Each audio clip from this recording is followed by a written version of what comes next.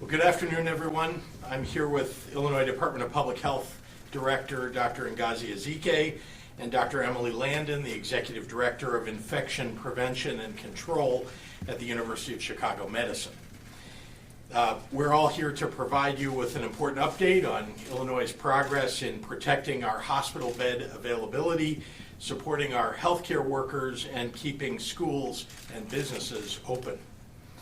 In many ways, the last 5 months have been some of the most frustrating days of the pandemic for healthcare professionals, for working parents, for vaccinated residents, and for all Illinoisans who never asked for and never deserved the challenges of the present moment.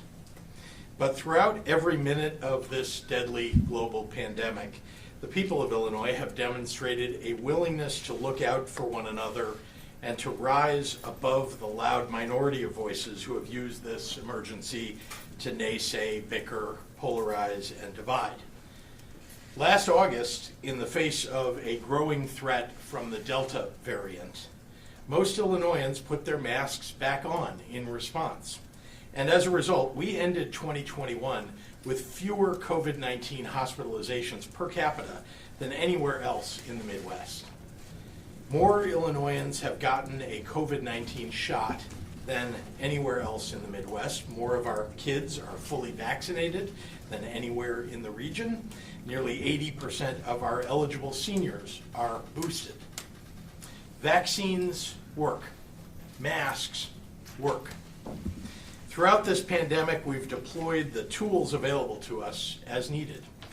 We've used masks more when infections are raging and hospitals are stretched thin.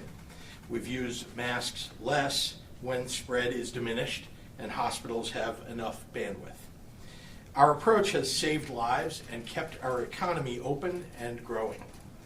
Today, 3 weeks past the peak, and thanks to the precautions our residents have taken, from Chicago to Carbondale, the heightened emergency of Omicron has been consistently subsiding. We are now seeing the fastest rate of decline in our COVID-19 hospitalization metrics since the pandemic began. Our daily total of COVID patients in the hospital has fallen from over 7,300 to about 2,500 today, a 66% drop. The daily total of COVID patients requiring ICU care has also seen a 63% drop. We now have 20% of our ICU beds available statewide, up from a low of just under 8% only 4 weeks ago. Vaccines work. Masks work. And as a result of them and the tremendous commitment of our state's residents, we are on track to come out on the other side of this latest COVID storm in better shape than even the doctors expected.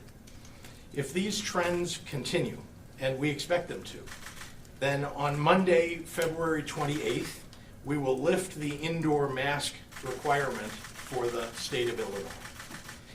I want to be clear. Many local jurisdictions, many businesses and organizations have their own mask requirements and other mitigations that must be respected. Having stricter mitigations than the state requirements is something that must be adhered to. Doing what's right in your private business or for your local communities is encouraged.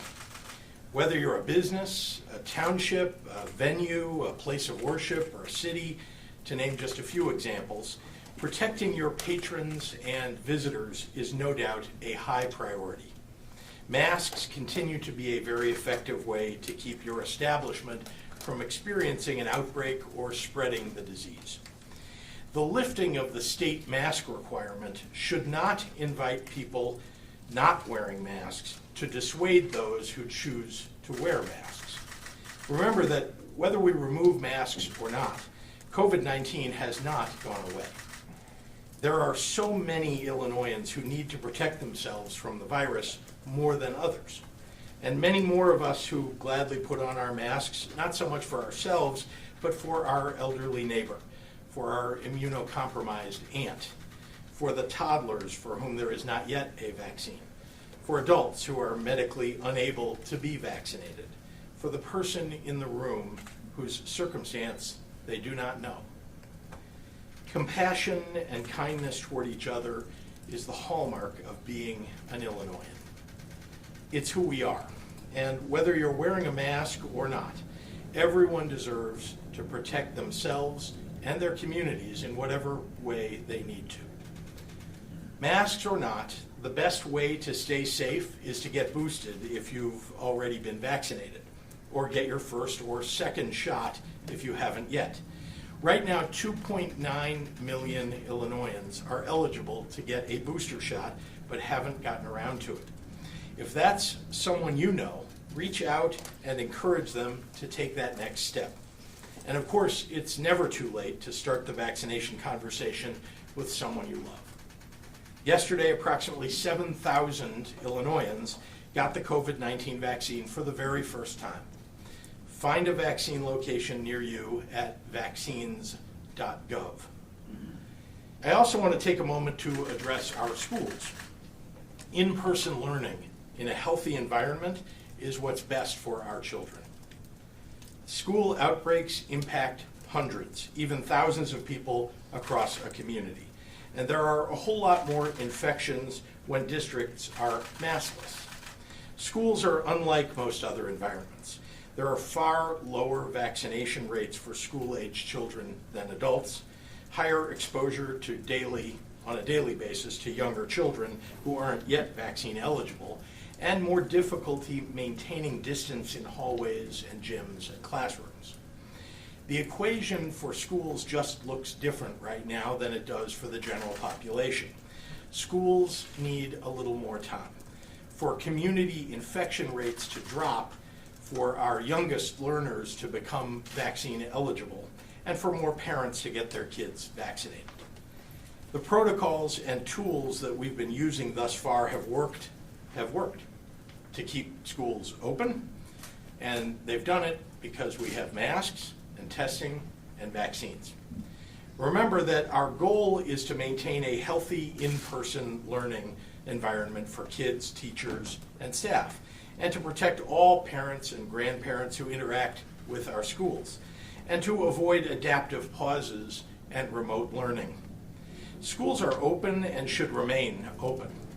Protecting everyone in a school community, their education and their health, is our highest priority. In the coming weeks, it's my hope and expectation that we will continue making progress to a place where we can remove school masking requirements and keep kids in schools.